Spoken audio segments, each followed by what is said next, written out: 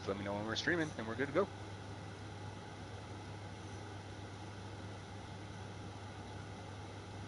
We are streaming now. Haha! Hello. Hello, everybody. How are you? How is everybody? Are you having fun? I'm just setting up the stream. Why don't you intro us, huh? You're watching the stream of Those Aren't Biscuits. We'll be doing the actual proper show intro in a moment, right? But welcome to the stream where we stream the show. This is the version that isn't edited and stuff.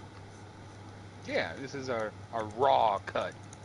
Yeah, you are watching your friends Jonathan Cadotte and Owen Adams, and yeah, that's me, and people and stuff. How are you guys? Welcome. Hope you're having a good time. You beautiful people. Yes. I did not set up the thumbnail, so we don't have a thumbnail for this episode. That's fun, isn't it? Damn it, Owen.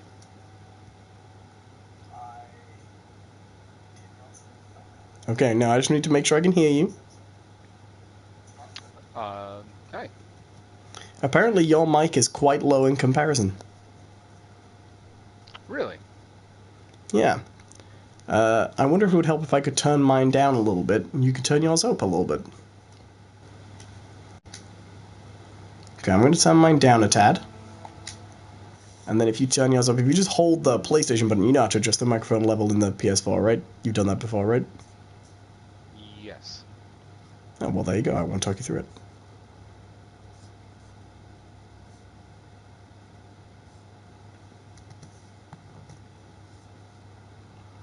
Data, beautiful data.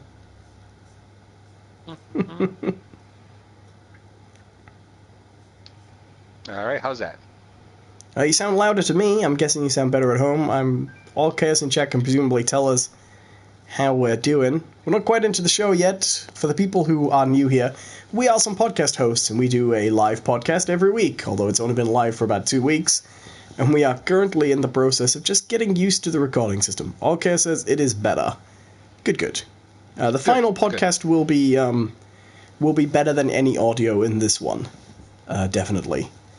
Because this is more for fun, the live show. More for a bit of live interaction.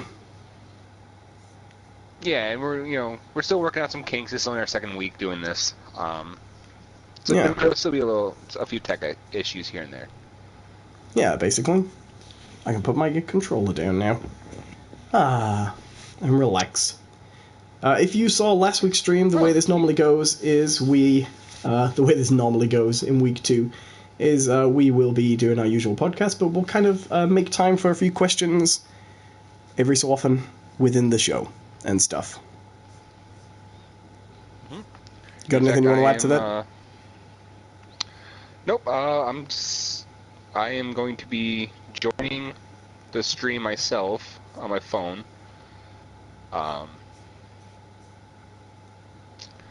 And yeah, so I'll be able to see what you guys are chatting on there in just a second once I get in there. Listening to John being all technical. It's something, isn't it? It's like going to the Genius Bar at Apple itself. It is astonishing. Oh, look, there we can hear John has fired up the stream. Yes, I am in it. I have muted my phone. It's funny because the stream is like this terribly unprofessional first draft version of the podcast, and is already more popular than our second draft version of the podcast. That's usually how that goes.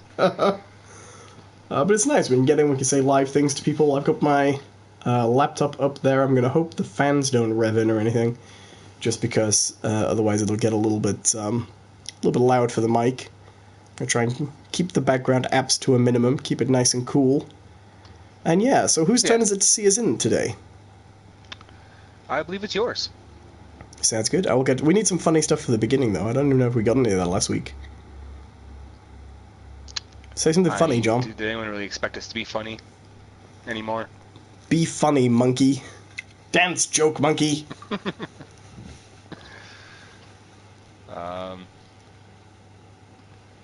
Man walks into a bar, says, "Ow." Hello, to buy me some silence. Yeah. All right. I'll tell you what. I will get us into this, and I'm just going to make sure my mic is nice and adjusted for the good quality recording, not the one for you poor chumps who can't subscribe on iTunes. Chumps. I forget in the book of podcasting etiquette, is it good or bad to call your fans chumps? Oh, I'm all for it. Okay. Chumps. And hello to Scott Thelbeck, or Chaos. Anyone else watching, feel free to drop in the chat and say hello. Send your questions and we'll get to them every so often throughout the stream. Alright, well, moment of silence now will guide us in.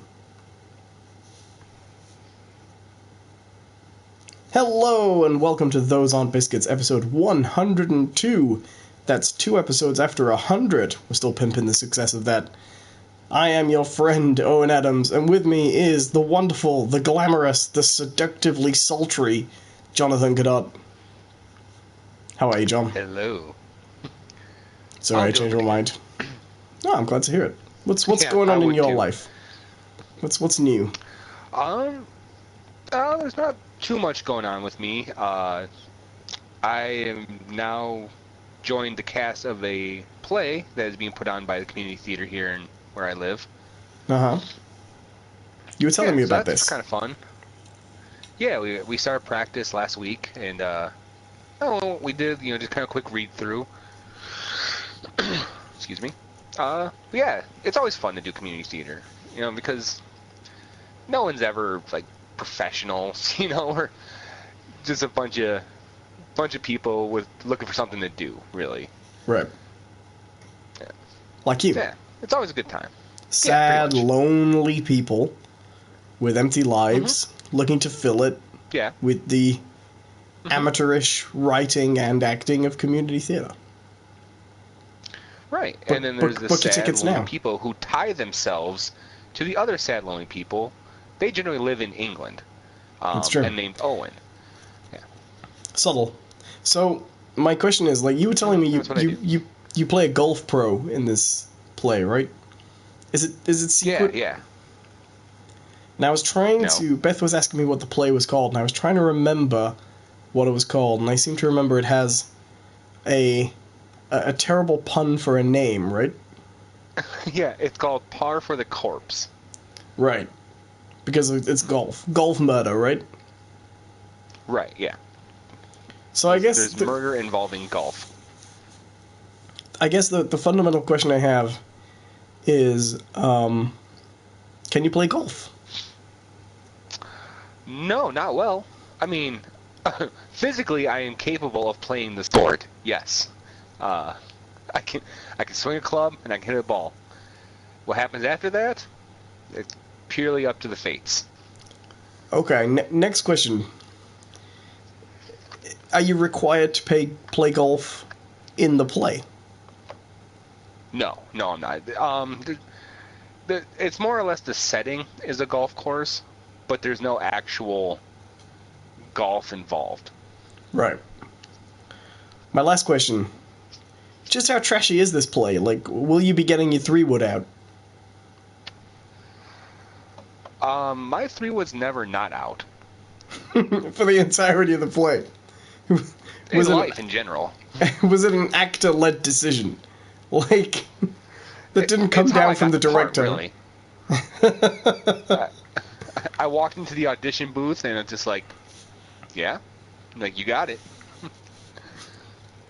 Was the audition booth in a glory hole? Was it in it was in a bathroom stall at a truck stop 3 miles out of town. The grizzled trucker on the other side told me I was going to be really good in the play. I'm going to be a star. All I have to do is come back next week and put my mouth to the hole and I'm in. We're doing a read-through.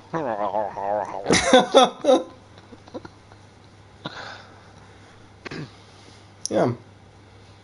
Well, I look forward to seeing it. Yeah, I'm sure you'll make it.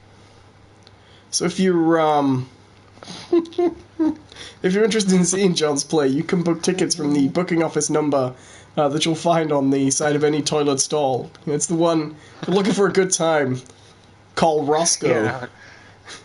Yeah, the theater company's called For a Good Time Call. So Yeah, it's based on the old musical For a Good Time Call. is this the musical that just runs through your head at all times? It will now. Every time I see that, every time I'm in a every time I'm in a bathroom stall and I see a little piece of graffiti that says, I have a 12-inch dick, I'll be like, oh, there we go. John's play is making the rounds, Yeah, it's on tour. John didn't tell me he was in town. I wonder why. I'm too ashamed. What's that weeping in the background? So you went in for the audition, you got the lead role. Were you like noticeably like superior in your acting chops? This is the time where you slack off your fellow class, No, not at all. Actually, and saying it's the lead isn't completely genuine. Oh, you mean you lied? It has one. No, I'm saying it's one of the parts that has the most lines in it. And the character is very prominent in the show. But you lied about it being the lead. It's an ensemble play. So it's a small cast. Everyone kind of has equal weight to bear, In other words, think of it like Clue, right? Like you went home. Remember that? You ever seen the movie Clue? Yeah, I can see it now. You went home dancing from the audition, skipping through the Wisconsin countryside. I got the lead. And then you came into the next audition and you were like, where is my little cloth chair? Where is my assistant? Where's my donut? My entourage? And they had to take you aside and be like, actually, John, it's really more of an ensemble play. It's really more of a group effort. I'll do all the parts. Making this a one-man show. This craft service sucks. Working right downtown. You coming to see my show? Come to see my show? Written, starred, and directing. Just me by myself. Like, just la-di-da-di-da in front of the lights. It's distracting. No, I like that. I want to see you do a one-man show where you die on a golf course. Which, to be honest, if you keep heading this way, is kind of your future anyway. Well, I mean, to be honest, I kind of do a one-man show every week because I'm carrying this fucking thing. Plus, I only exist in your head. That's right. It's just me doing a voice. I'm really good. No one's going to believe that. It's just going to go, I knew it! Excuse me. What they want to know is, why did you make your more talented, more interesting side the voice? Well, the truth is I'm actually British, so the American accent is kind of difficult. See, no one would believe that, because nobody from Britain would choose to live in Wisconsin. There's a few British people living in my town. No, they're just other people doing voices. Like, no, I'm actually from Madison. Oh, god damn it. Some of them are fabricated entirely. You actually know about a third less people than you think you do. They're just other friends of yours doing acts. In fact, Wisconsin doesn't even exist. I've invented Wisconsin. Look, it's my friend Herman, and Herman's British mustachioed friend who never appears with him at the same time. Well, hello, Jonathan. It's your old pal Herman, too. Did I ever tell you I used to be a chimney sweep? Pip, pip, Mary Poppins.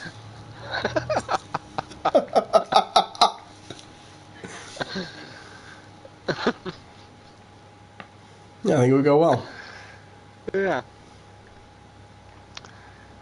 So, moving on to the actual content of the damn show.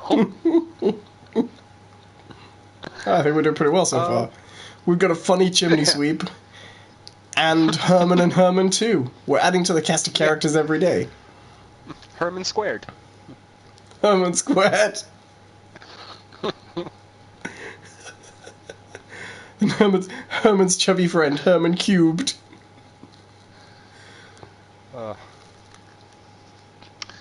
So what you been doing, man? Well, I'm still playing Uncharted 4, which I don't think I'd mentioned that in the last podcast because we did our lists. Haven't finished it yet. I'm around about... I'm coming towards the end now. I've got to... minor spoilers for Uncharted 4, people. Although you should all be watching my series of it anyway, so you don't know all this. You jugs. Right. I've got to the point where Drake and Elena have reunited, basically, when he has retrieved her... She has retrieved him, in the jungle, and they've got back on the trail of the pirate ship and discovered the flooded city, Mm-hmm. I'm glad that. Yeah, I'm coming to the end now. Definitely. I know there isn't too much.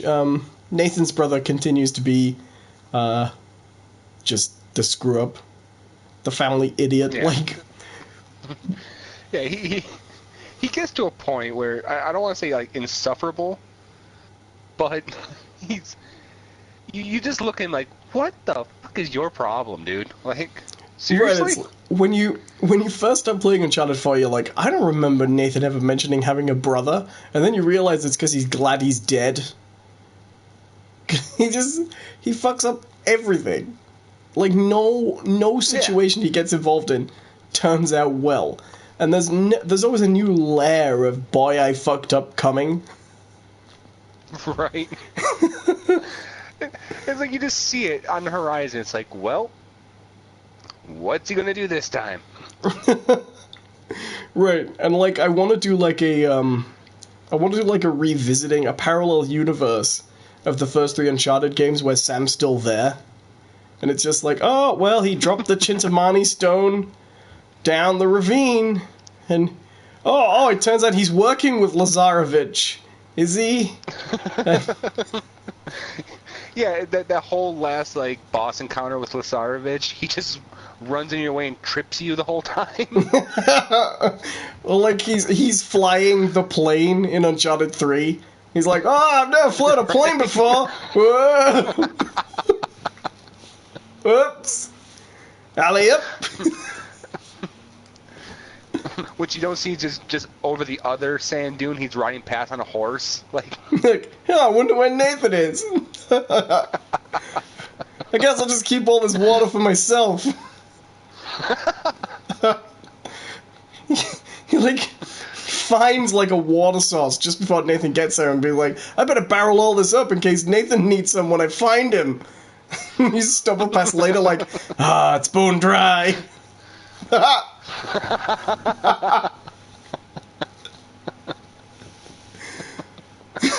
I've never driven a train before. How hard could it be? I'm on the way to help my little brother. He needs me. Oh, I sure hope he wasn't on that train. I'm gonna take off.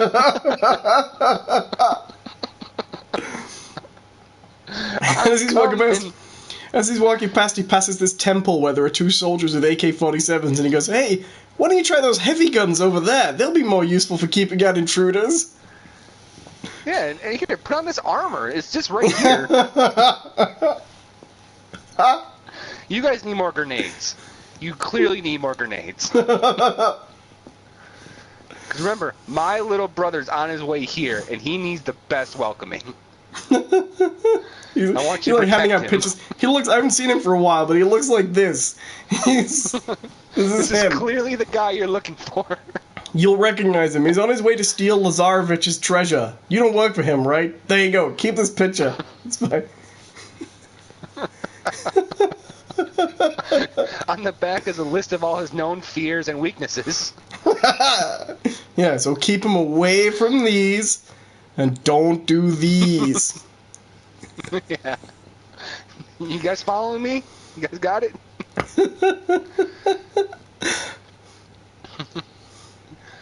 You guys seem like smart fellows, not the fucking idiots that my little brother on the picture used to talk about.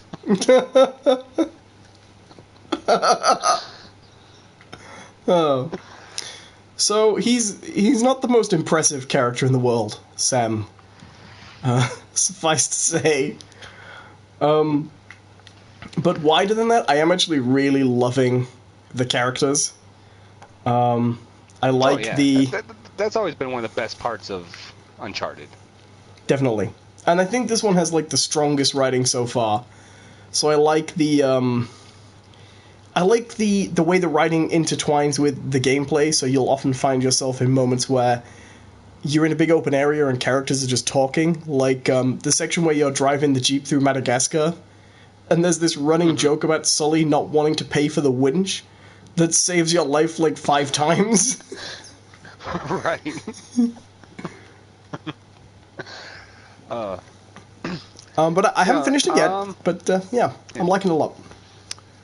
Yeah, what I remember the most about Uncharted 4 is I have played it and finished it. I remember that they really kind of toned it down a little bit in terms of, like, set pieces. Right. Because that was a big thing from, like, 2 and 3 especially. They'd have these big... I mean, like, the train is a big one. The plane crash. Yeah, the plane crash. The chasing the convoy down on horseback from 3. That's pretty huge. I think the only thing Uncharted's had so far, Uncharted 4, has been the bit where you're being dragged behind the truck. Right. That's the big one from Uncharted 4. And it's pretty modest. My favorite bit about that is you're trying to actually rescue your screw-up brother, and you spend all that time trying to catch him, and then when you get there you realize he thinks he's going to rescue you. He's like, you're like... It's probably just Sam going, I got this giant armored truck, just where did I put those keys? It is very funny. And yet, actually, the bad guys don't steal it. You feel for Sam as well, though, like, because he has spent his whole time in prison, you know. I mean, he literally brings all his problems down on himself. But right, and the funny thing is that when they do the flashbacks, it's clear that Sam's during the flashbacks like the cool brother. You know, he's a little bit more rebellious. He's the bad one. Right. But then, as time goes on, he gets stuck in prison, and it ends up being Nathan, who goes on to find the El Dorado. He finds the Chitamani Stone. He finds the City of Pillars. And he grows up. And, yeah. And then Sam comes out, and he realizes, that his brother has basically surpassed him in every way possible. And it's funny, when you see the difference, it's so different to watch that flashback of them right at the beginning of the game, and then how differently you see them when you do the second flashback after you find out Sam's big twist, you know? You see those kids differently, you know? Right. It's a really great game. Yeah, so... I mean... Yep. Yeah, by far, I think it's the most... well done for character-wise. It's much more personal Uncharted. Yeah, I agree. And the writing is just off-the-wall good. Particularly with Elena, who's always well-written, but I think this is her best appearance. If I had to pick a weakness... Oh, sorry, yep. We have a little bit of a delay when we record this over PSN, so if we're talking over each other a little bit, that's why. Yeah, we apologize. No, what I was going to say is, there's a great moment in it that you've seen. For those of you who don't really know the game, Nathan goes on this adventure with his brother under false pretenses, and basically lies to his wife to do it. Well, his wife isn't really a slouch. Like she's incredibly capable herself, and she figures it out. And there's this amazing scene where they've just destroyed basically Madagascar. They've escaped death. It's crazy, and they all go back to the hotel to hide, and they're all pumped up. They're all super, stoked about everything, and they open a door, and she's just there. And there's this really palpable sense of, oh fuck. It's one of my favorites in the game. It really is. It's nice. If I had to pick one criticism of the game, if I just had to pick one thing, it's that the wider story beats are very predictable if you've played the other three. Right. They work, but it's not a groundbreaking Uncharted. Mm-hmm. Like it's like watching Indiana Jones and the Last Crusade, you know? You know what's coming. Yeah. I mean, it's kind of the issue that any later iteration of a franchise has. By the time we reach Return of the Jedi, you kind of have a sense of how these movies play out. The X-Men movies are pretty similar in the same way. Definitely. Yeah. But it does it well. Yeah. So, should we... Oh, sorry, no, go... My one criticism of Uncharted 4 when I played it was, it's a new mechanic, and it's kind of fun at first, but there's a few sections where you get these, like, open world areas where you have to drive around this Jeep. Right. And it feels very open, but secretly it's very linear. Right. But it also gets kind of tiresome. To me, at least. I will actually say there are a few moments I found like that, but the one that got me was the conveniently always located just when you need one boxes on wheels. Yeah. Where it's like, oh, I am stuck until my partner mysteriously finds a crate on casters. Right. Oh, they Bright have found yellow one. at that. Oh, what a surprise. They have found another one. And they all looked too modern to have been left there by pirates, right? And it still does this thing, this Uncharted thing. I know it's a played-out joke right now, but it still does Uncharted's favorite trick of, I've just crawled through a tomb that no one's been in for 300 years, and when I got through it, through this inaccessible crawl hole that no one's ever been in, and this ancient mystery was solved, the paramilitary group was waiting for me on the other side. Like, really, at this point, it's like they have a whole army of better explorers than Nathan Drake, because he managed to slip in like artillery through these fucking holes. Yeah, and like the series has done that so many times. When you figure something out and you figure out an unsolved mystery, like this game's so much better at hiding all that stuff, but it's still there. It's also the one that I think for me, it feels less weird that charming Nathan Drake murders hundreds of people, because he doesn't really want to be there. Right. Yeah, because that's always been an issue with the other iterations, because 1 through 3, these are all cases where he's on the trail for this treasure, and that's what he wants. He wants his prize for no other reason than for himself. He's completely selfish. It's cool, and he can sell it. Yeah, and along the way, he runs across these people, and he just murders them. I mean, you can make the case that it's self-defense in certain cases. Sure. Sure, but he's better than them. They're both killing each other over the treasure. Right, but because he's, handsome and voiced by Nolan North, he's the hero. And when he actually stops to talk, he's charming and he's fun. And he cares when he's under fire and when people he loves get hurt, Right. But then he just goes and shoots people. Lots of people.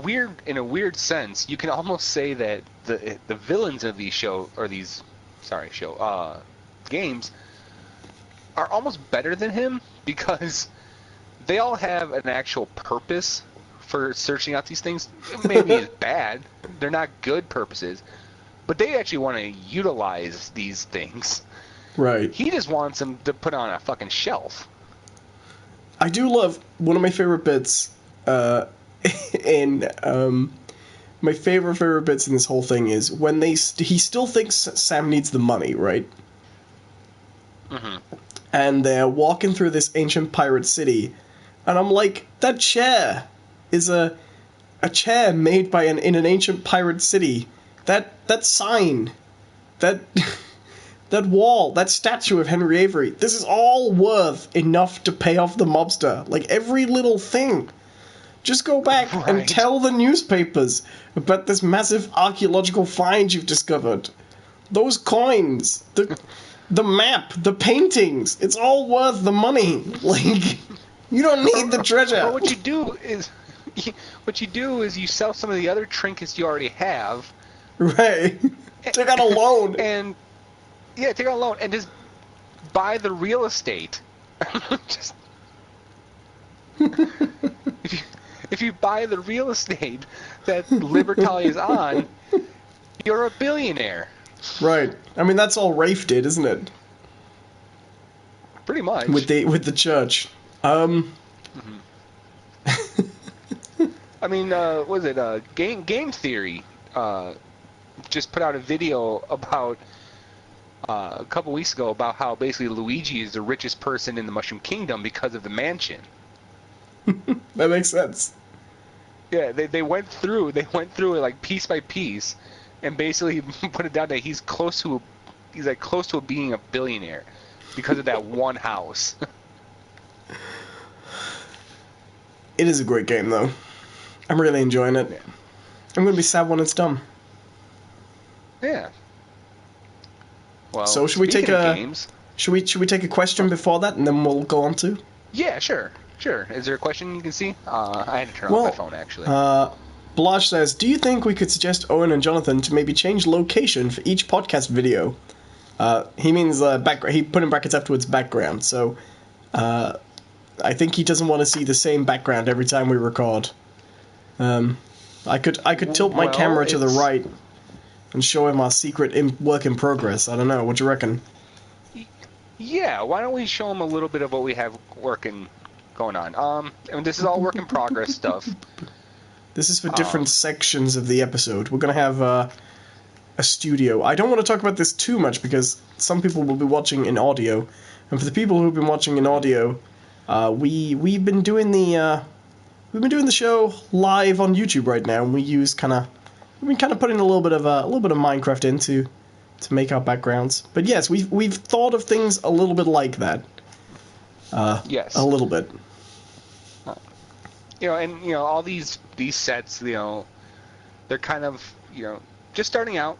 We're gonna see how it goes. We'll make them a little more elaborate, I'm sure, eventually. It's just we both kind of live busy lives. So to sit down and take the time to build a really cool set is an investment for us. And yeah, as much as we would love to do it without thinking about it, we do have to sort of schedule when we're going to try to build these sets. Pretty much.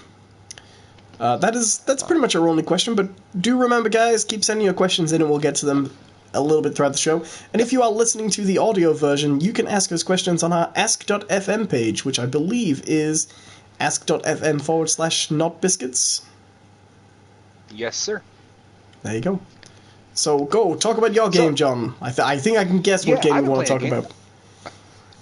I teased it a little bit earlier today. If you happen to be watching Owen's Well, live stream, you shouldn't tease games. What do they ever do to you? depending on Whacking the it with a game, sock. lots of things.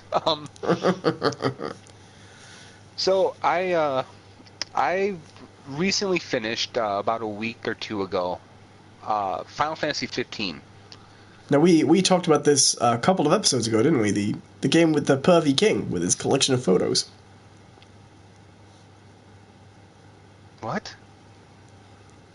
Don't you remember?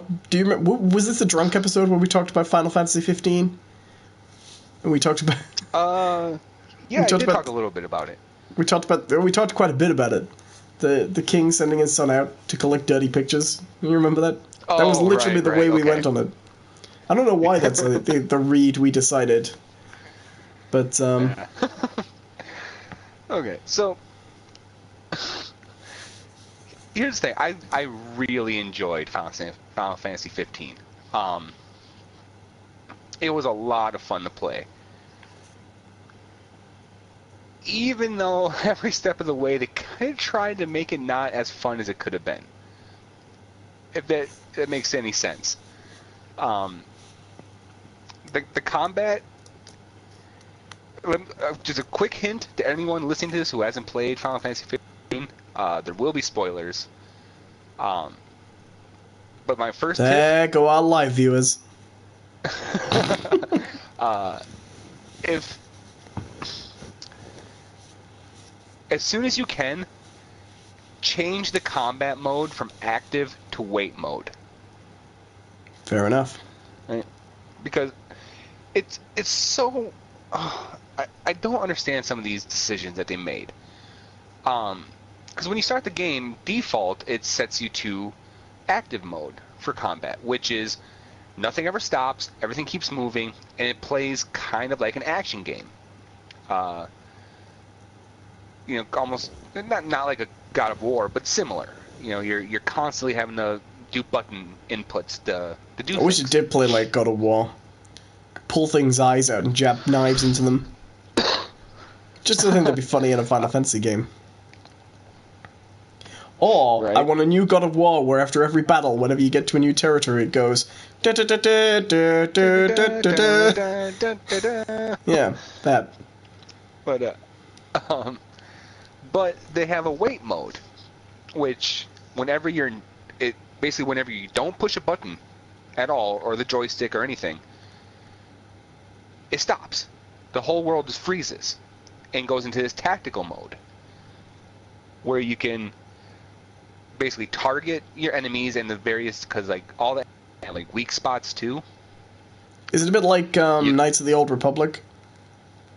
Yeah, a little bit, but not quite. Because here's the thing they do. You have complete control over your character.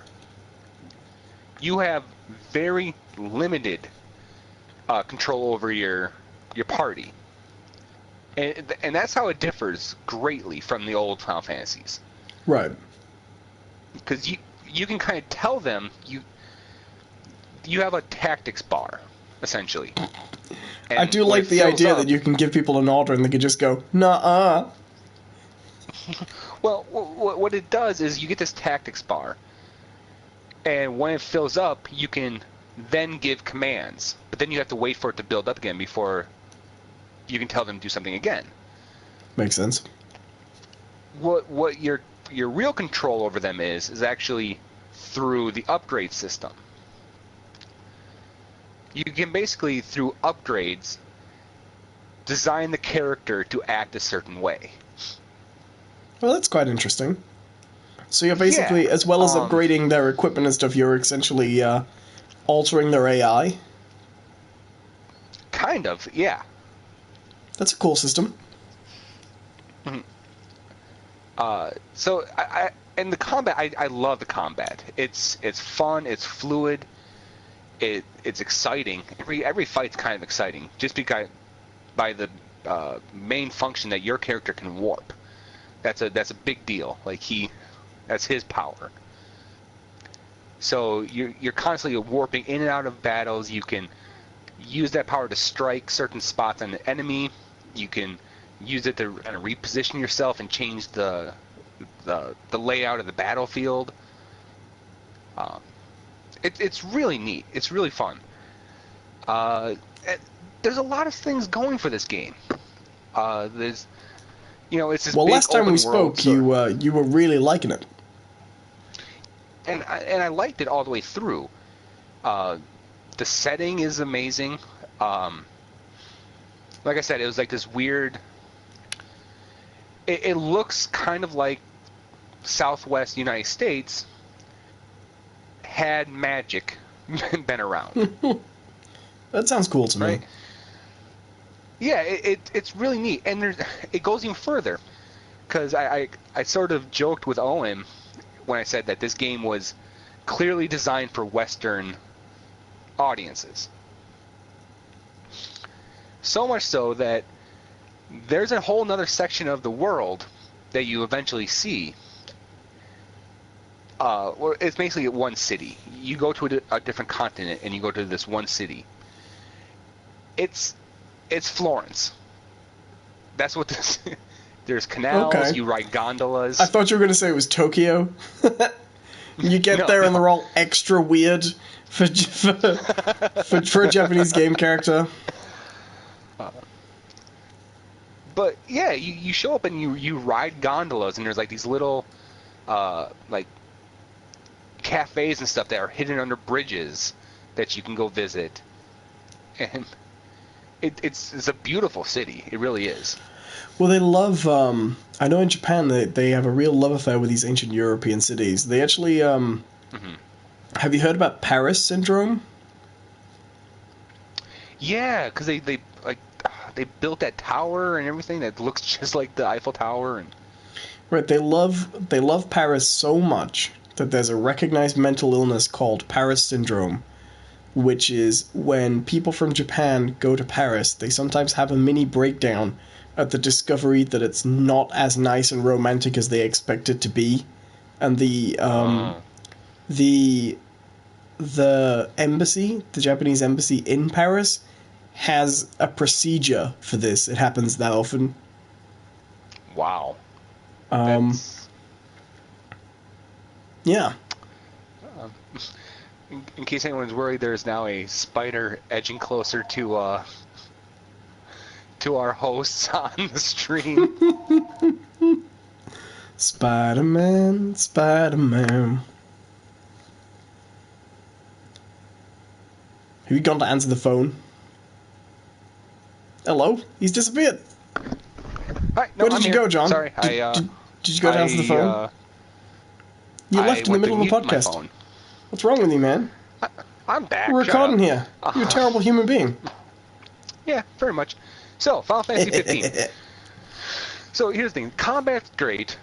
Setting's amazing. I even like the characters, Here's the funny thing about the characters, alright? It is set up by the story and the plot line that your main character can be the whiny protagonist that every other Final Fantasy has always had. But he's not. That's the thing. He's actually not a whiny little bitch. Because that's something that's always frustrated with me with Final Fantasy games. Is you get these grand adventures, and they're always headed up by these self-doubting, navel-gazing kind of characters, and it just drives me nuts. This one, your dude's pretty much into it. He's like, yeah, let's fucking go. I'm trying to remember the last time. I never liked Squall that much, but he might be the worst. I don't think I think the thing is, I would defend Cloud on that accusation. Cloud's troubled, but I don't think he's quite whiny necessarily. He's more brooding, Well, once you get to the revelation about him not actually being who he is, right? And his buddy Zack, then he gets pretty emo. That's true. Yeah, I think Final Fantasy's reputation is a great game, but it lives and dies in that first disc. Yeah. I mean, I think that twist is good, particularly the way it's established, but yeah, so no, carry on, 15. Okay. So, here's my biggest flaw with Final Fantasy 15. Or the biggest flaw I see.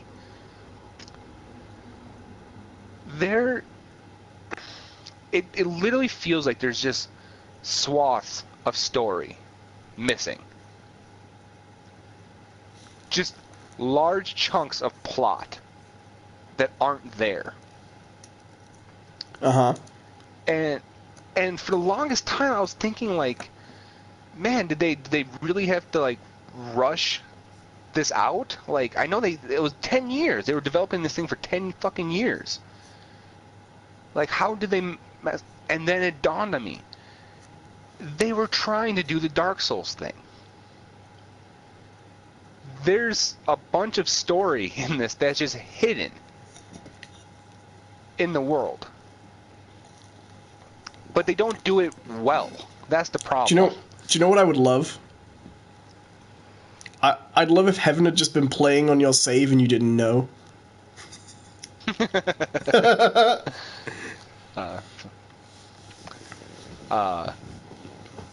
But yeah, and then I'm like, what the hell? Because you find like booklets lying around that tell you like about the mythology that led up to the world you're living in now. And I didn't realize this when I bought the game. There's a movie. There's a Final Fantasy 15 movie, right? Have you seen it? Kingsglaive. Yes, I have seen it now. It tells you so much about the game that the game does not tell you. You have to watch this movie. It's a good movie. It's a really good movie.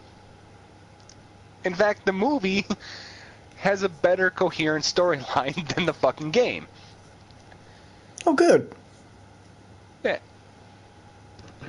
Because, so the setup of Final Fantasy 15 is you start out, your dad, the king, is sending you away because you are to be married to this woman, Luna Freya. And it ties into this whole thing about there's like an overarching evil in the world, this blight, and it's only held at bay by this crystal and a ring that controls the crystal.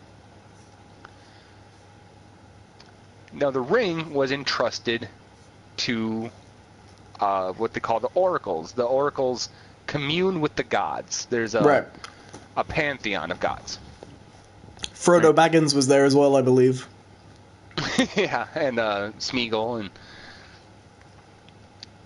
so he's sending you out to get married to the oracle. Now, running separate to all this is there's another nation, Niflheim, that has essentially conquered the world except for the country that you hail from. And the only reason they haven't conquered you is because of this crystal and the ring. Mm-hmm. Well, they've essentially decided to broker peace with your country. Like, look, we've been at war forever. None of us are getting anywhere. We're happy with what we have. You can keep your damn country. So we're going to broker peace. So, at the same time you're being sent away to get married, they're trying to broker this peace. It all goes fucking wrong. And essentially your country gets... Who saw that coming? Right. Your shit gets wrecked. And you find this out when you're away. You basically find out through a news report that your country has now been occupied and invaded. So, that sets you on your quest. You have to now go around the world, collect these ancient weapons from the past kings that have come before you, still make it to like your wedding to get the ring, because you can use the ring and your weapons and the crystal to repel the enemy and take back your throne. Well, then along the way, the gods start stepping in. They're like, hey, we're going to start lending our help to you. And it's like, okay, why are the gods getting involved in on this? Like, what's the big deal? Well, you come to find out that Niflheim is being manipulated behind the scenes by this dark, evil force. Is it Satan? No, not quite. There's a case to be made that it's a reference to Satan, but not quite. So, some would argue that all references to Satan are in fact Satan, John. You want to dabble in with the Satan? just a little dash of Satan here and there. A snifter of Satan. Yeah, a pinch of Satan. I wouldn't recommend pinching Satan himself, but you could have a pinch of Satan. A whiff of Satan. A light dusting of Satan.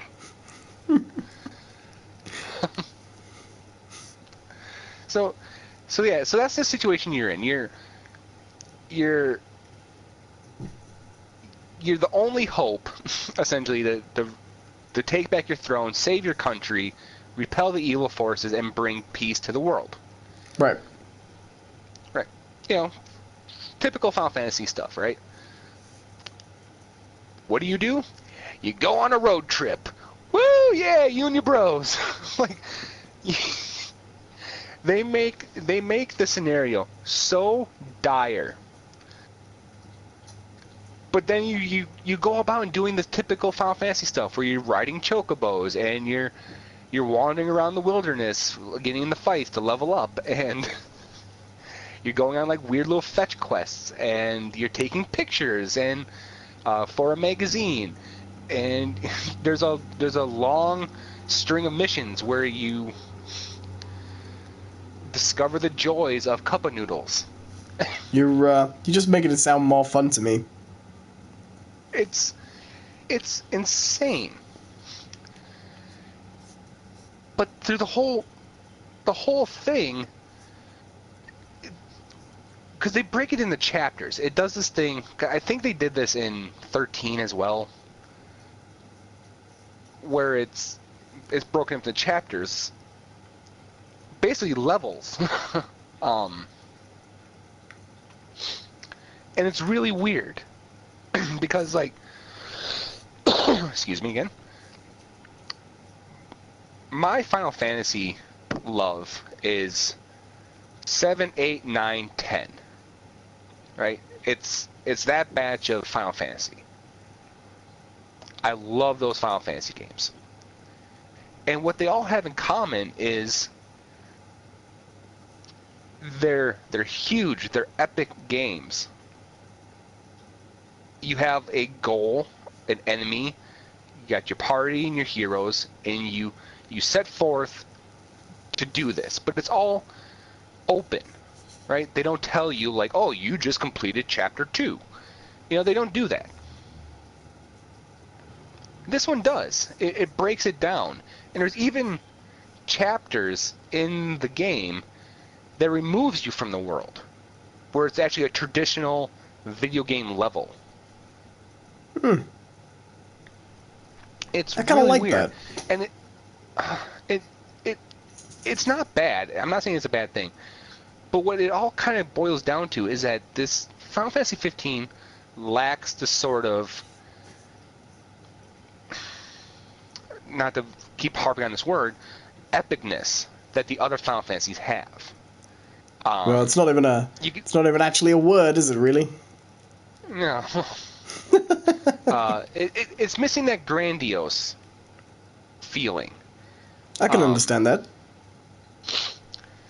And I mean, because okay, you think about like Final Fantasy VII. All right, everyone knows this one. You know, you team up with this gang of eco-terrorists essentially, and you start out, you know, just trying to take down the Shinra Corporation, and in the process, you get wrapped up in this whole Sephiroth plot line, and it Right, comes to the point where it's fascinating because the small plot you're playing at the beginning is already pretty huge. mm-hmm. And it does actually find a way to build from there. Right. This one never builds. You have your scenario at the beginning, and it never really changes. And And that's interesting. yeah, and it kind of lacks moments. It's interesting Like, because I'm thinking, I've seen a lot of people feeling the same way. Like, there does seem to be a general sense that everybody's opinion when they first start playing it is, this is the best Final Fantasy game for a long time.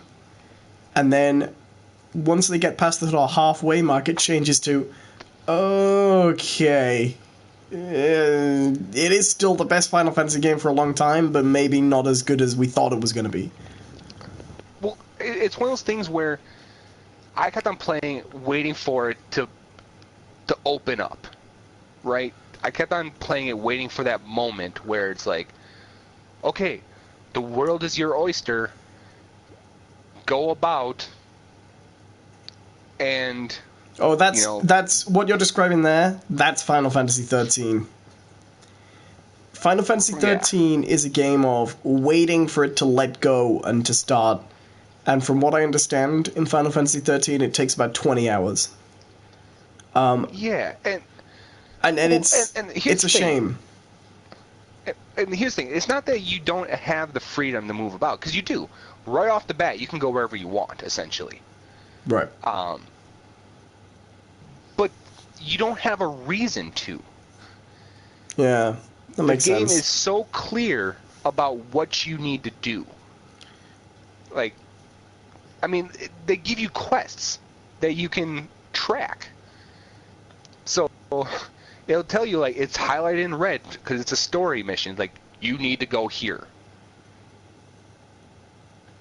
And that's kind of what I felt like I was doing for a long time until I realized at a certain point, like, how quickly this game is going to just push me to the end if I don't just walk away from the main storyline for a while.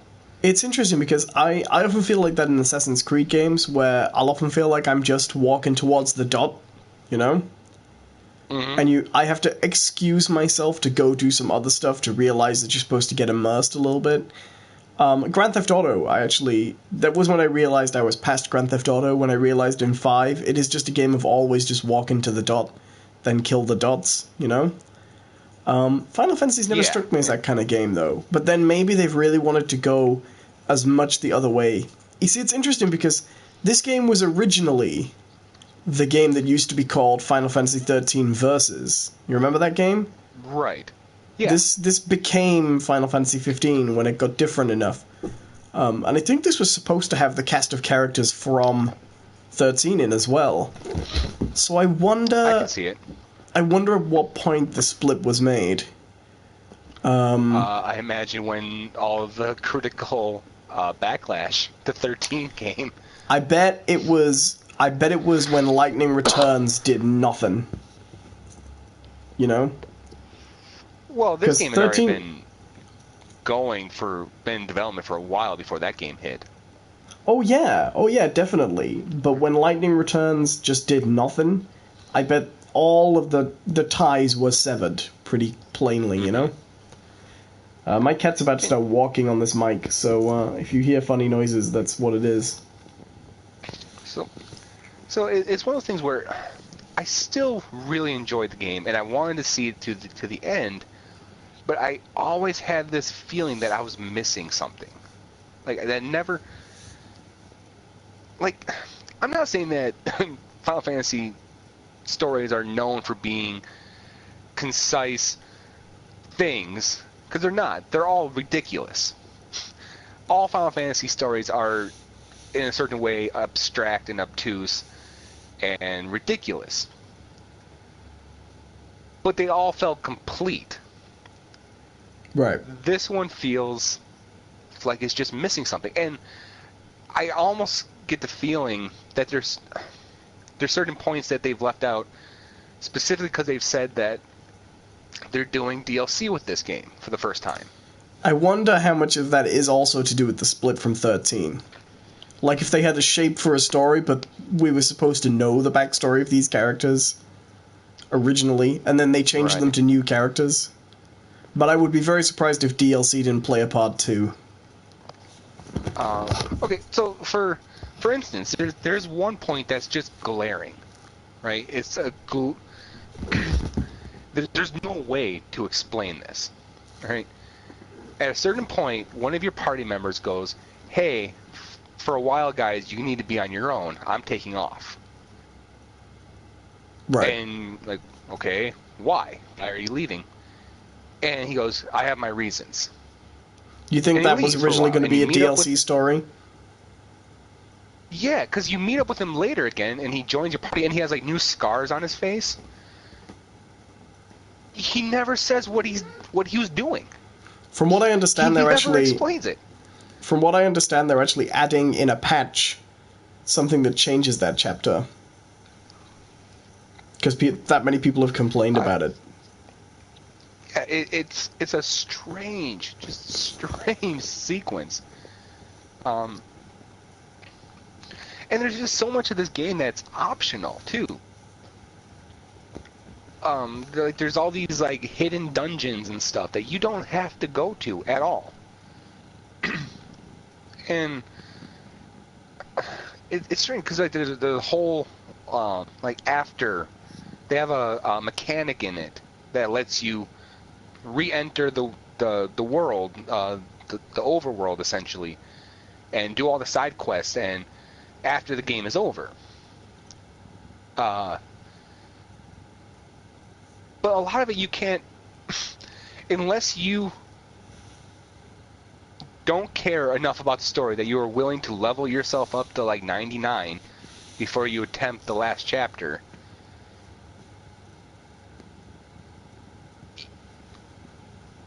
Like, I'm guessing like 70% of the game you can't really do until you're done with the game. I wonder how much of that weird. is.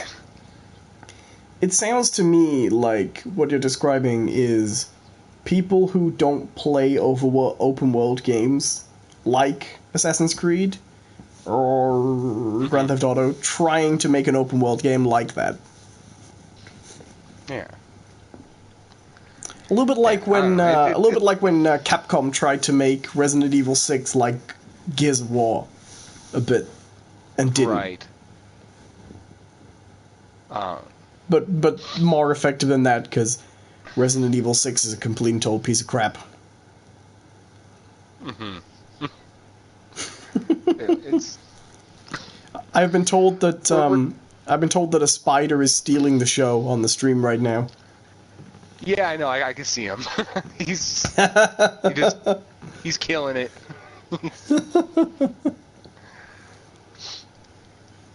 Should we do a question? Yeah, that's kind of my thoughts on Final Fantasy 15. It's a good game, and I think it's worth a play. He said after half an hour slagging it off. No, I started out with all the good things about it. So our next question. Okay, no, I do want to bring this up. Actually. There is another function in the game that is incredibly infuriating. I apologize to everyone who doesn't want to listen to John talking for a long time about his topics. He does like to talk, doesn't he? Once he gets...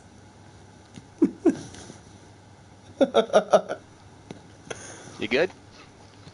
Get that out of your system? I'm thoroughly enjoying it. So, if you've ever played another Final Fantasy game, there's always like these, like, in Final Fantasy VIII they're called GFs, in Final Fantasy X they're Aeons.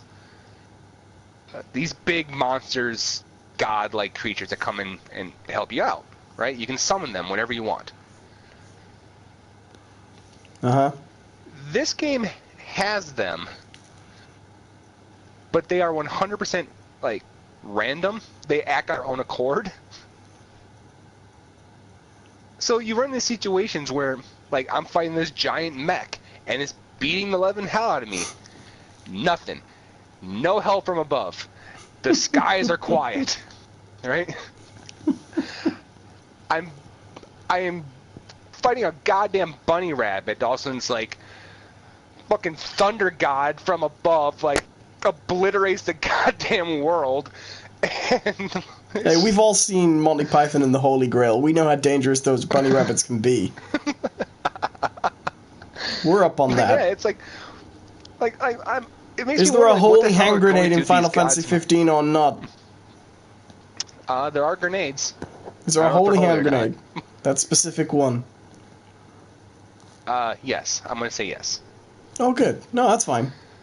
But seriously, like, I'll be sitting there and I'm like, okay, I'm just fighting this little unicorn thing, and no big deal. All of a sudden, the world turns purple, and you get the big display in the middle goes, press this button to summon. Like, oh, okay, I do like the idea of not? taking an ultimate weapon and making it a completely random event in the game. Like, how many other games would you get where that happened, right? Like, can you imagine if, like, in God of War, every time you charged up, like, your Spartan Rage, it just triggered at random intervals? Like in the middle of puzzles? Kratos, Athena has granted you the Spartan Rage to move these cubes. He just stands there impotently raging. I'm angry! But I mean, the funny thing is that when these guys show up, it's a big spectacle. It's a huge spectacle. Like, there's one where Are they wearing huge spectacles? Like, sorry, yeah, the refraction and his bifocals. the refraction rate in the air is very different to heaven. We can't see a bloody thing. Oh, you're fighting a bunny rabbit? I thought that was a giant demon. My bad. Sorry, but yeah, there's old prescription. Zeus has got a little bit of astigmatism. I mean, like, there's one summon where it's like this sea dragon shows up, floods the world, makes a giant cyclone with water spouting everywhere, and breathing water fire. It's hard to explain, but Wouldn't it and be all great this crazy shit's going on, and like I said, you're fighting like a horse. Wouldn't it be great if, like, the first time that activated, like, that was a random activation, but it could be, like, so rare you could go through a whole playthrough and it would never happen. And then if it does That's trigger, happened.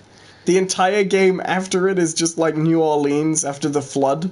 It just changes the whole makeup of the game.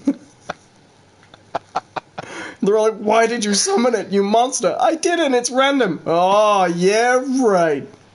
You with your favor of the gods. You killed us all. My son is dead. There's no world left to save. They're bringing out the dead in the streets. He's like, oh, look who saved the kingdom. Oh, hail King Noct. Yeah.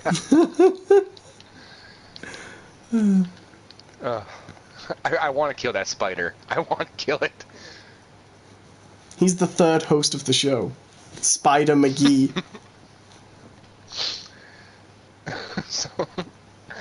But yeah, I mean, there's one summon I have not seen. It just hasn't popped up. Cool. I beat the game. I have not Cool. seen it. Should we do a question, John? Yes. Talked about Final Fantasy a lot. I like razzing you for going on too long now. Now, I want to talk for a while about how you go on too long, because that's what people in my stream said, therefore it's funny. Okay, Blage says, most anticipated thing in 2017 that will fail horribly. Let me think about this. I don't know, really. Something you're really looking forward to, Is there a failure you're looking forward to seeing? Probably Wonder Woman. Yeah, do you know what? That's a good answer. Is Justice League this year as well? Yeah. I'll go with Justice League, just so I don't have the same answer. But the DC movies, that is just like, that question was made for DC movies, wasn't it, really? Oh, pretty much. I don't So even know what really games are coming out. But... Here's a question, right? You wake up, you're in a room, right? Mm-hmm. There's nothing but a bed and an old TV with a DVD player connected, right? Okay. You got 2 DVDs and there's a message that says, you're gonna die unless you watch one film from the 2 DVDs, right? You have to watch a film. Do you watch Suicide Squad again or Batman vs. Superman? I'll probably end up watching Suicide Squad. I honestly thought you were going to say die. I love life, alright? I'd probably go Batman vs. Superman. I wanted to be kind, so I didn't put Man of Steel on the list.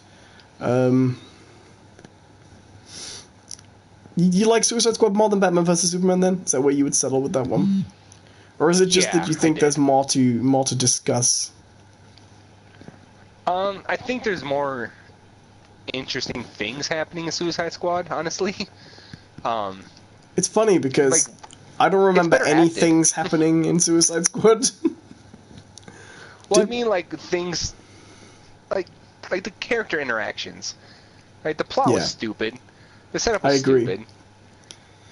But well, Batman... It was well acted. Batman vs. Superman has character interactions. They just make no sense. Oh, hey, John. They, Sorry, I didn't mean to do that. They make absolutely no sense, though. Like, Lex Luthor's decision to just turn Batman and Superman against each other because he is Lex Luthor. You know? Right. Because he is the villain. We have another question. What is your favorite food? What's your favorite food, John? God, I don't know. And thank you to Time to Cook for this question. Well, if there's anyone who's going to ask that question, it was going to be them. Maybe they'll cook it for you afterwards, Choose wisely. Yeah. Oh, man. I guess in a general sense, I really enjoy, like, Italian food. Forgive my yawning. Yeah, I'm with you there. I really love Italian food, Not even necessarily, like, just pasta, but I like all the dishes, the seasonings, and all that they generally use. I like garlic. I thought you meant literally the dishes. Like, it's a nice bowl. Is this Tuscan? No, I'm gonna go with that. I like a cheesy pasta bake, a little bit of ham. Like for me, like, my actual favorite food is something called pizza casserole, but it's kind of like a family recipe, so it doesn't translate well, honestly. I hope it's just pizza in a pot stewed to a mush. Leftover pizza crusts from boxes you found in dumpsters. It's a family recipe from that time we lived on the street. It's all I can afford. Pizza casserole. No, I like it. I have eliminated spider. Oh, good. But yeah, no, I'm gonna do some pasta after this as well. Yeah, that sounds pretty good. My girlfriend hates it when I make pasta though, because what I tend to do is just make, when I'm just feeling like something lazy to eat, I tend to just make pasta and then put a tin of baked beans just on top with cheese. She's like, that's not a sauce. That's just a tin disgusting. It's just a tin of baked beans. Yeah, it's the British baked beans. They're in a tomato sauce. It's close enough. Yeah, it's still disgusting. I don't care. It's delicious. Okay, one more question, then we'll get back to it. Blanche says, game that you are most hyped about. I just said I didn't know it was coming out. Okay. The game that I'm most hyped about is the PlayStation exclusive Spider-Man game made by Sucker Punch, is it? Or Insomniac? I forget which one's making it. One of those two. Insomniac. I think that looks like it's going to be an amazing game, and I'm ready for a Spider-Man game that was not made by Beanox. And I love Spider-Man games. They've almost been entirely terrible, except for two of the ones made by Beanox. But I always enjoy them because they're great fun. I would say, I think that, was that Horizon Zero Dawn? That looks really good. I really want to play that. Sounds good. So, before we recorded, you asked me about things I had to talk about, and one of the things I mentioned I brought up. The other thing, I might save that for next week, because I haven't actually finished the show yet, but I have a headline if you're interested. Sure. Can I talk about something real quick? No, go for it. Well, just real quick, it's going to be really quick. I don't believe you, I promise. but sure. Okay, I'm going to watch this clock at the top while you talk. 8, okay. 9, 10, I did see a movie 11, over 12, this weekend. 13. All right. I wasn't finishing up with the show, by the way. You could have, you can talk for as long as you like, as well. Oh, I wasn't doing the headline to finish the show. If you thought that's where I was going. Just saying that's normally how we finish the show. Yeah, I just liked this headline I found while I was recording. So go for it. Go for it, John. Talk away.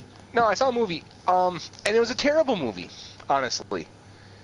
I watched Yoga Hosers. I was going to say that this is the last time I sent you one of my sex tapes. It was horrible. No, if you wanted, it was terrible. There was no definition at all. No Thanks. character development. The action was boring and subdued. Special props really to the quickly, to the massive CGI penis, though. The problem is that the massive CGI penis had nothing to do with the sex. It was just rampaging in the background. Penis man! Oh no! Quick, there's a penis. Our lovemaking has awoken the the giant world. penis. Yeah. It's destroying the world. Let's have sex before it kills us all. That is my dear. Look, is when you and your beloved role play, is that not the story you delve into? Is it? I thought that was an old classic. No, we our role play is we role play as the penis together. On each other's shoulders, wearing a long trench coat and a bald cap. Yeah. Whee! What do you mean we're not old enough to get in? We're the world's biggest penis. You ever seen one of these on a 17-year-old?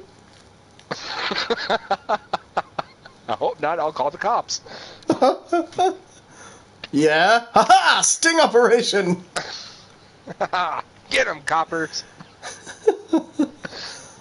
Look, it's the couple that go around dressing as the penis. Arrest them! The cop's like, I don't know which one to arrest. Sarge, what do we do?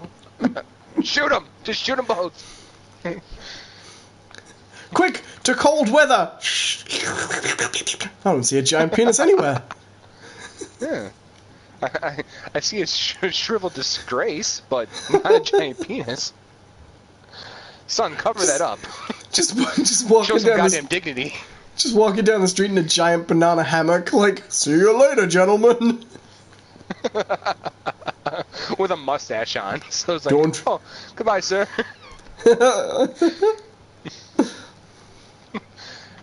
Sarge, I think that was the giant penis. Are you insane? That was one of our lovely citizens. But yeah, I saw Yoga Hosers. And for people who don't know what Yoga Hosers is, why don't you tell them all about it? Yoga Hosers is a movie by Kevin Smith of the Clerks fame, and it's part of his recent string of movies that are kind of born from his podcast. Right, like the first one was Tusk. Yeah, the first one was Tusk. This one, Yoga Hosers, and there was talk of a third one called Moose Jaws. I don't know. I believe that's still canceled. happening. Yeah. Okay. But all these movies are born from conversations and jokes from his podcast. And they're silly. They're absolutely so in silly. 10 years time, hold on for our movie about John and his girlfriend wearing a trench coat, pretend to be a penis, terrorizing the town.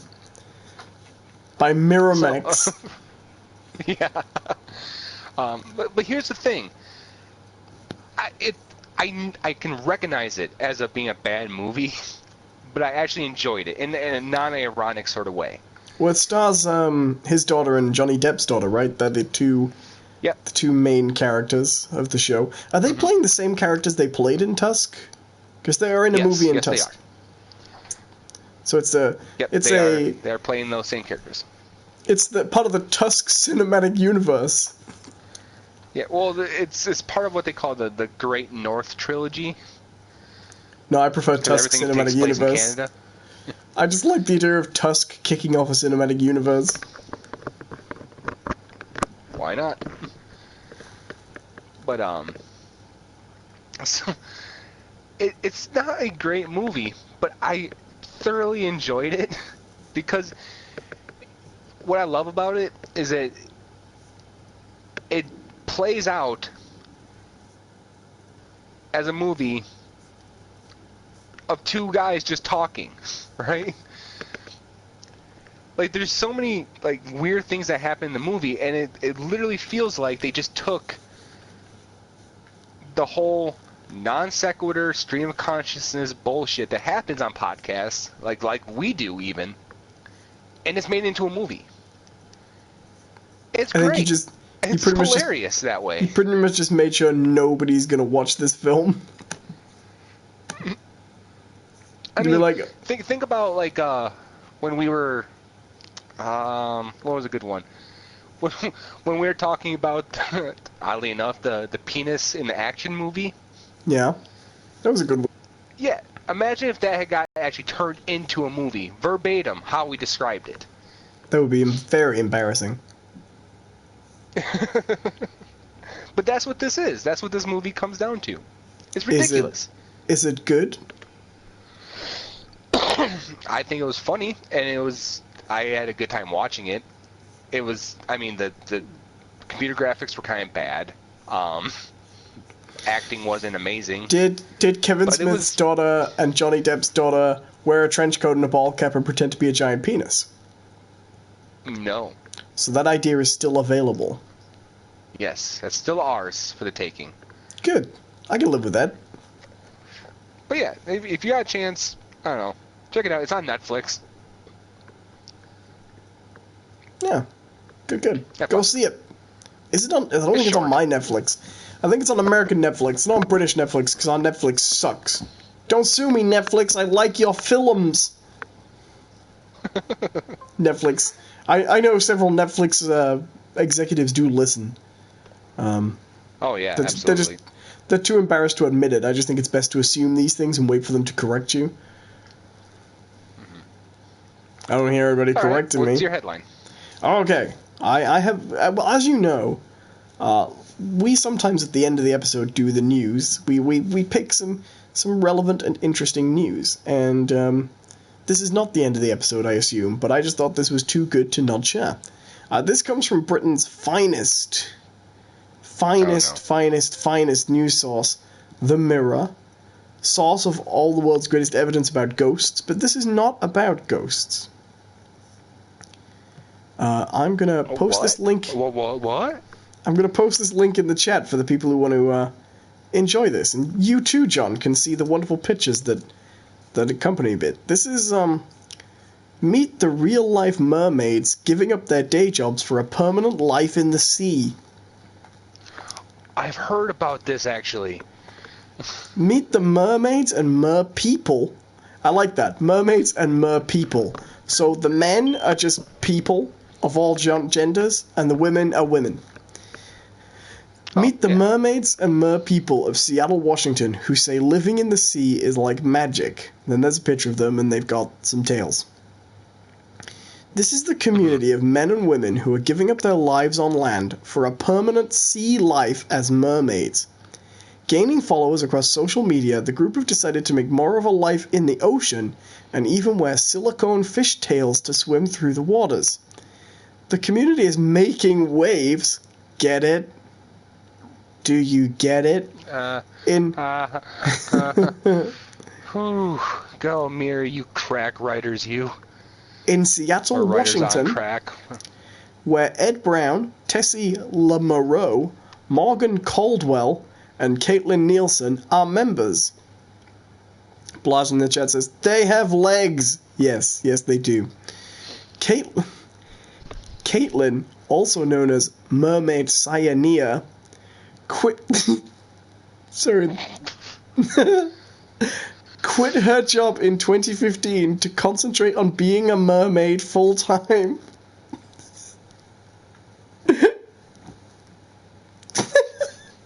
Does that pay well?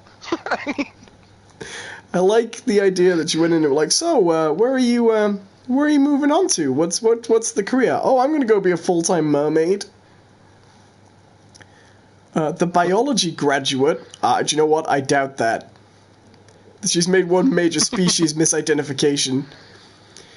Uses her identity to promote her passion for ocean conservation, and her knowledge adds realistic details to her mermaid persona.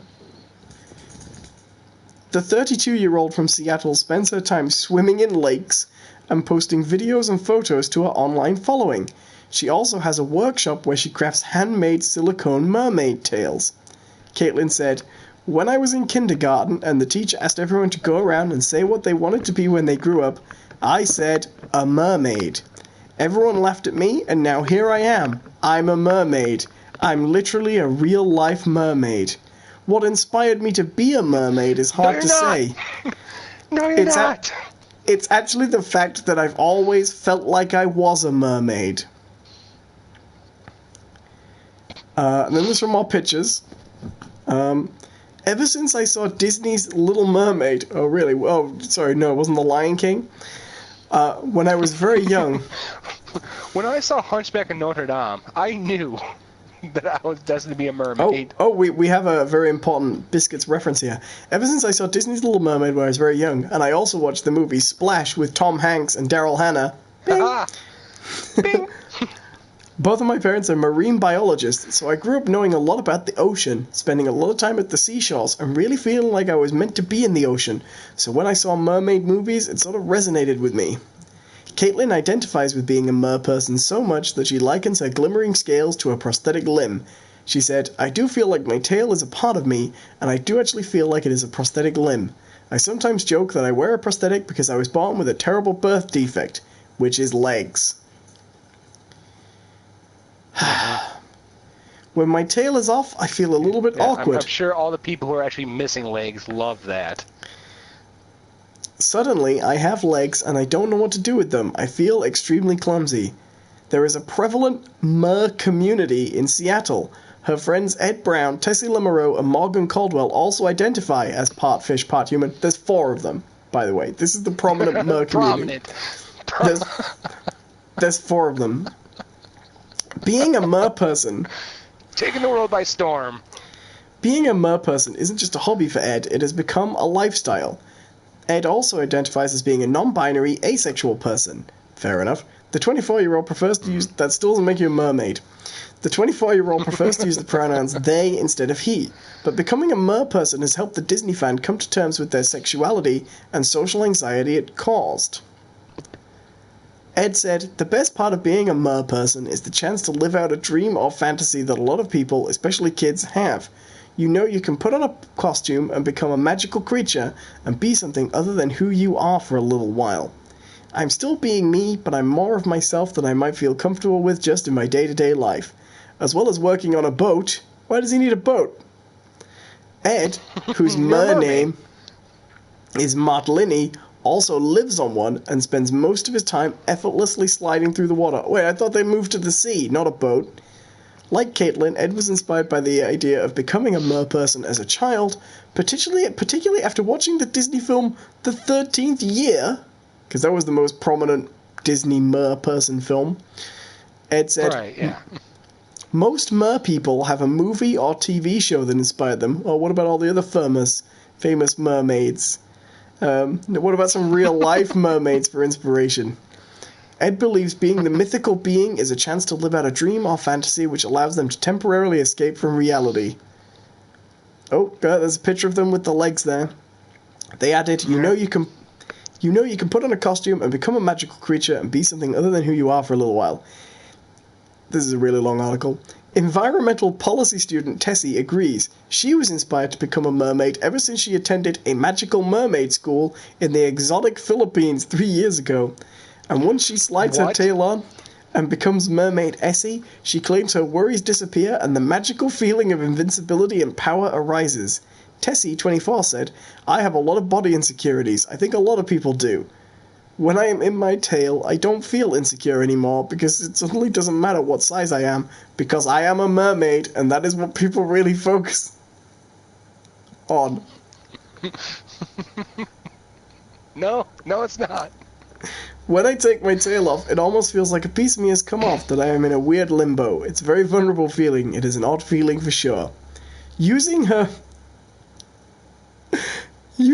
mermaid status, she tries to promote ocean conservation and raise awareness through education. The mermaid trio frequently swim together and join each other on themed photo shoots. Ed said, when I'm in the water with my tail on, it's just like magic. I could never have a bad day swimming no matter what happens. If I put on my tail, I've done swimming, it's automatically a good day. As well as raising a few eyebrows at the local swimming pool, the mer folks' friends and family have had to get used to the idea of having a fishy friend. Sorry, I bumped my mic there because the cat's coming in.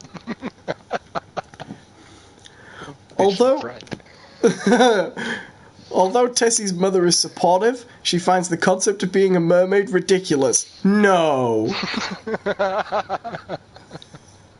No, I fully support what my lunatic daughter's doing. Tessie said, when I told my mother that I wanted to be a mermaid, she just kept laughing at me. She thought it was hysterical, and she never thought that I will actually end up doing it. Yeah, you didn't. You just wear a silicone tail. Tessie's mother, Cora Lamoreau, said, I thought it was a stupid idea first. I thought it was just going to be a waste of money and a waste of time. I thought her time could best be used studying as a graduate student than swimming in a tail. I should point out, Cora Moreau never comes back to refute that.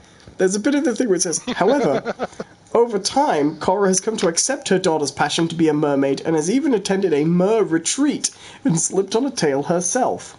She said, I think she is in a fantasy land when she's in her tail. It's different than the reality of the hustle and bustle of being a graduate student. In the water, she feels free. She feels there is nothing else more important than just swimming and to enjoy the moment. Although Caitlin isn't married to a merman, her human husband, Kim Lohman, proudly tells everyone that he's married to a mermaid.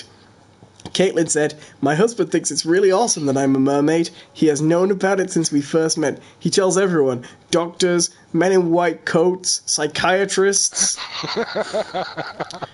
police officers, some spousal support groups. I'd probably the guy at the bar when he's drunk.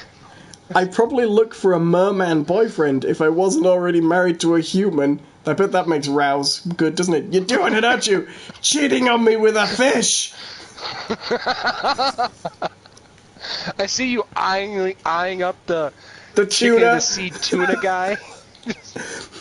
Kim said, I think it was one of the first things she told me. At the time, I had no real understanding of what that meant, but she didn't seem too crazy, so I just went with it.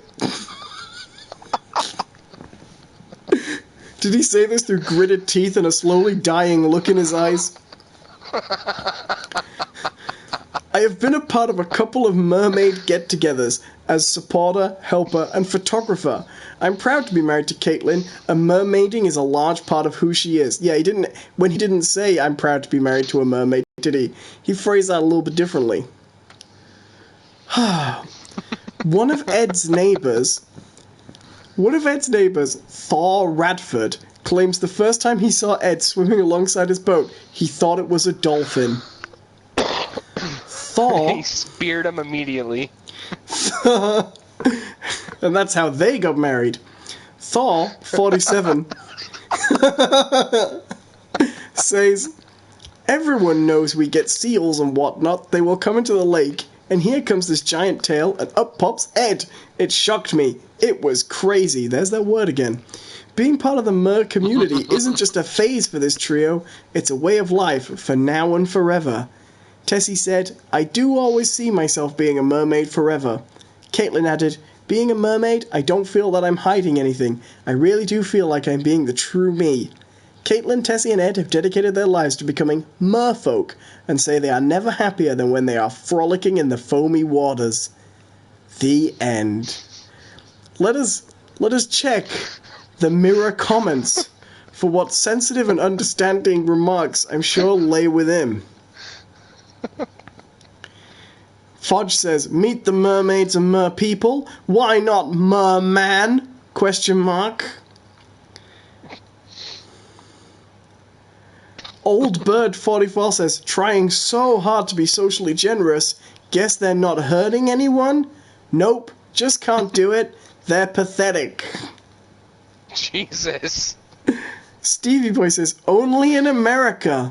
Their lives are clearly lacking in other aspects for them to do this. There was only 3 comments, actually. That's less than I thought. So there we go. If you go to Seattle, you could see real, live, genuine mermaids and mer people.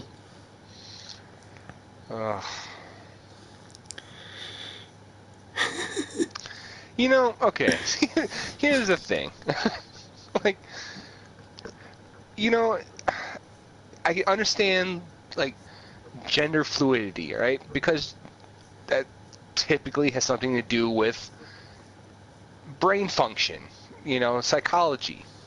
Right. And there is also such a thing as the other gender, or not identifying with either gender. They are actual configurations of human beings that exist. Right. What this is them going, hey, the Little Mermaid, they're cool. I want to be like that. Right? It's the same thing as, like, people who see Michael Jordan and go, I want to be a basketball player.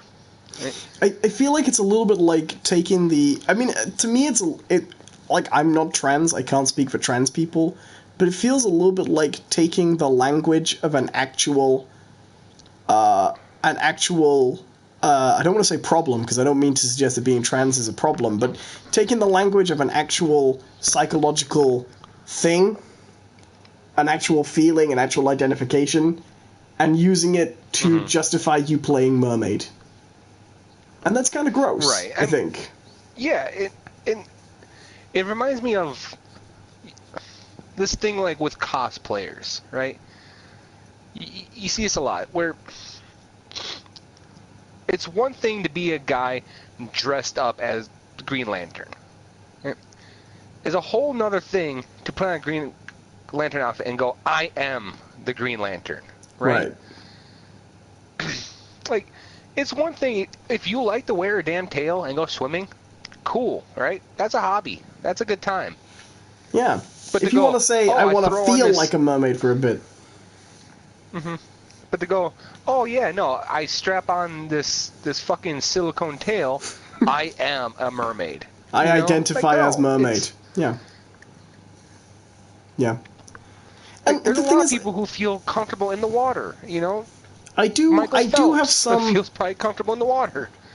I do have some empathy for the position of, well, they're not hurting anybody, and that's fine. I'm not telling them to stop, but I'm still going to find that silly.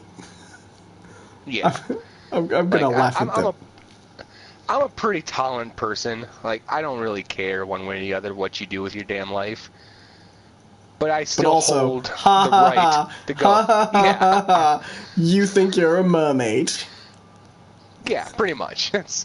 I have that right to be like, this is kind of dumb. I just love, like, like, even as hard as this writer tried to make all their loved ones sound supportive, they couldn't hide the theme of what the fuck. Just what the hell. I like the idea of the sort of annual raid on the Sea Life Center stealing Jamaican crabs. Come with me, Sebastian! This crab won't play reggae at all! Why won't the fish talk to me? I'm a mermaid!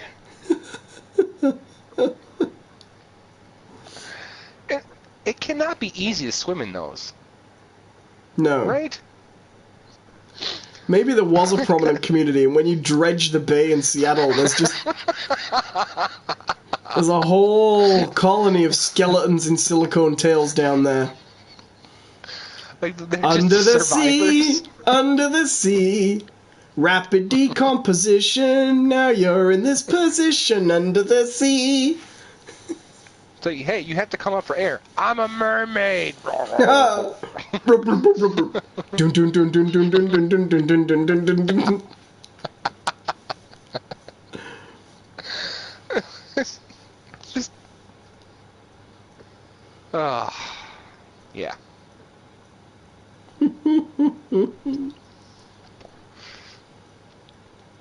I mean, I just love the husband. It didn't seem crazy at first. Like, yeah, Blink 'cause you were in twice it for get me out of here. like, let's be honest, dude. You're in it at first for some tail. He was like, I didn't realize that. I didn't think it was crazy at first, and then I realized it was fish part on bottom, woman part on top.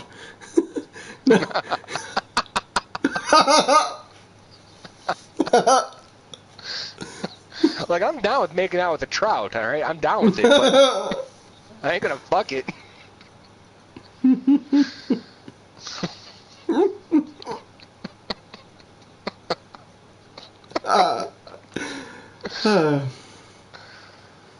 Oh, man. Well, that's the world for you, though, man. Like, At first I thought it was a dolphin, and then it just turned out to be an idiot in a silicone tail.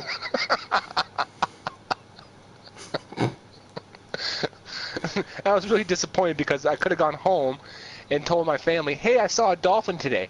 And now I have to go home and tell them, hey, there's a lunatic living in our neighborhood who's dressed up as a fucking mermaid. Don't talk to him.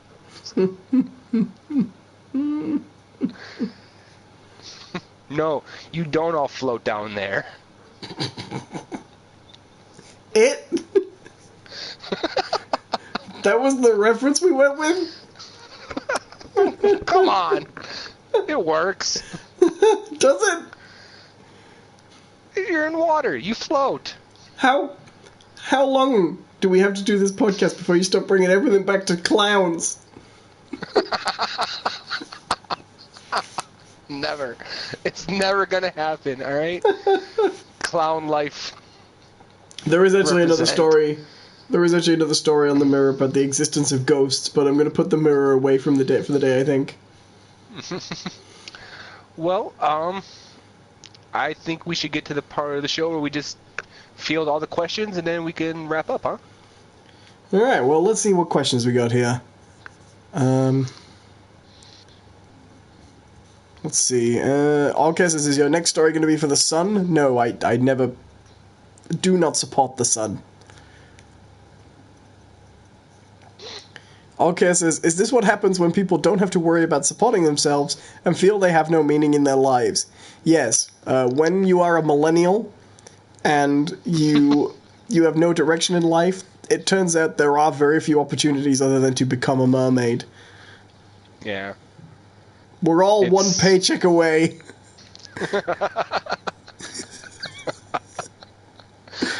We're all one failed streaming career away from silicone tails. One eviction away from Atlantica.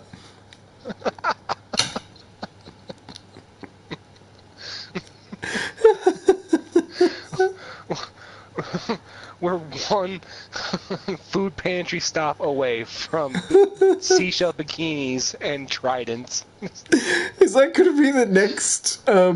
Is that going to be the next? Like stuffy old Generation X think piece? Why are more and more millennials donning fishtails and moving to the bottom of the ocean?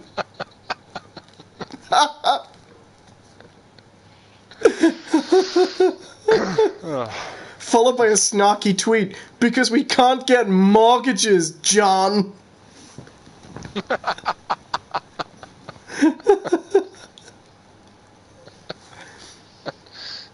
If it wasn't for your crappy parenting skills, I would have become a griffin instead. You guys, you all got your mythological creature tuition for free. You don't know what it's like.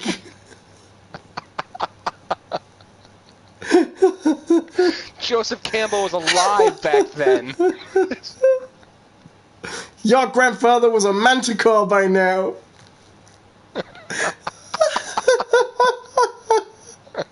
Yeah, no, there would be that one asshole baby boomer. In my generation, we grew our own tails. We didn't use silicone.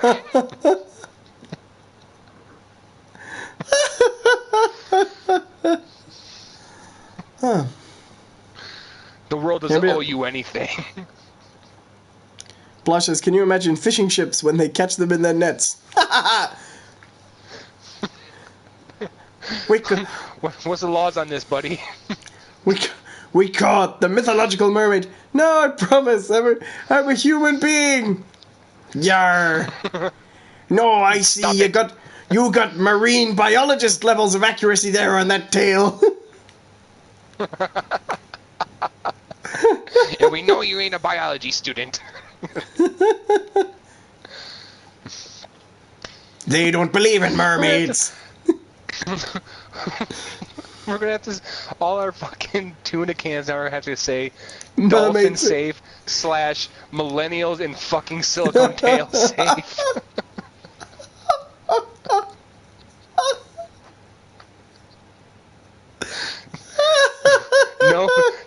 No deluded Disney fan were harmed in the making of this pate. Going into restaurants, excuse me, is the tuna salad mer person safe?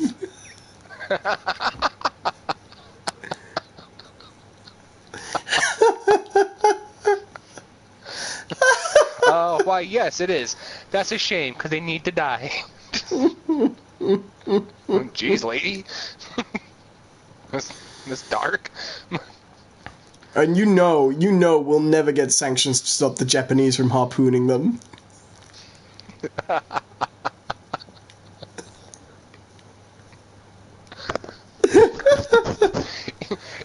Even Greenpeace is like, nah, you go ahead.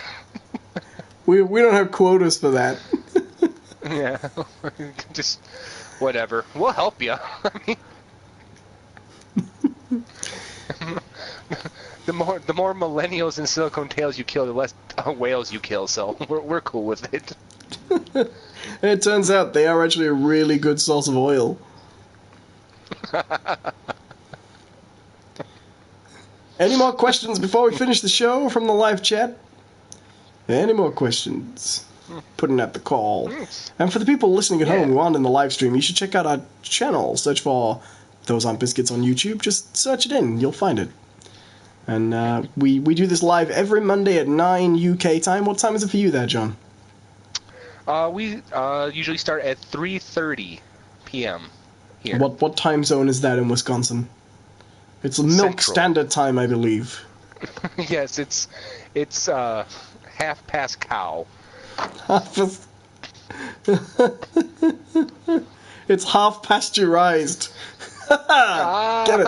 Because they do that to milk. Right. It's like that old joke. What's the fastest liquid in the world? Milk, because it's pasteurized before you see it. Nice. Get it? Well done. Get it? It's a terrible joke, right, but... real quick, last call. Anyone? Any questions for alcohol. us? We will... One beer. Yeah, I don't know the words either. George Thorogood, man. I He don't did think good you're looking songs. for no job. I got a bit of it. I saw the other day Liam gets that post. But I was tired. And we're looking for my feet. When he came to the door, I knew the answer was no. Yeah, my old lady, she's just acting funny. Yeah, everybody funny. Now you funny Nah, you too. funny too. Oh, I love that song.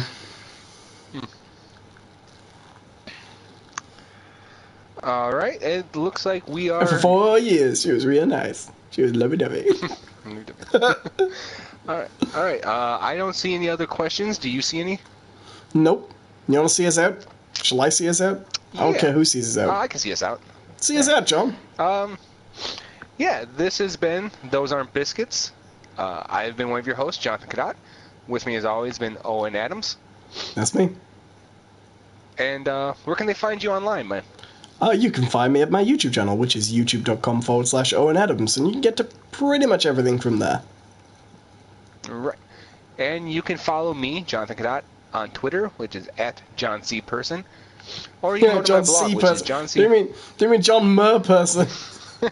Yeah, John Merfolk. No, you can. Twitter is John C. Person, or my blog is johncperson.wordpress.com.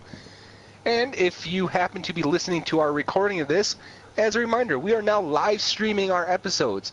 So please swing on over to the Not Biscuits YouTube channel. That's 2 words. And you can catch us at 3:30 p.m. Central Time or 9:30 GMT. p.m. GMT. And if you want to hear any recordings of our past episodes, you can find links to all the different services we post them on at the show's blog, which is notbiscuits.wordpress.com. Well done, John. You got us out there without a hitch. Yeah, no, it was flawless. It's raining on the stream. Everyone get your silicone tails. We're going swimming. And that is everything. I'm goodbye, everybody. Have a good one.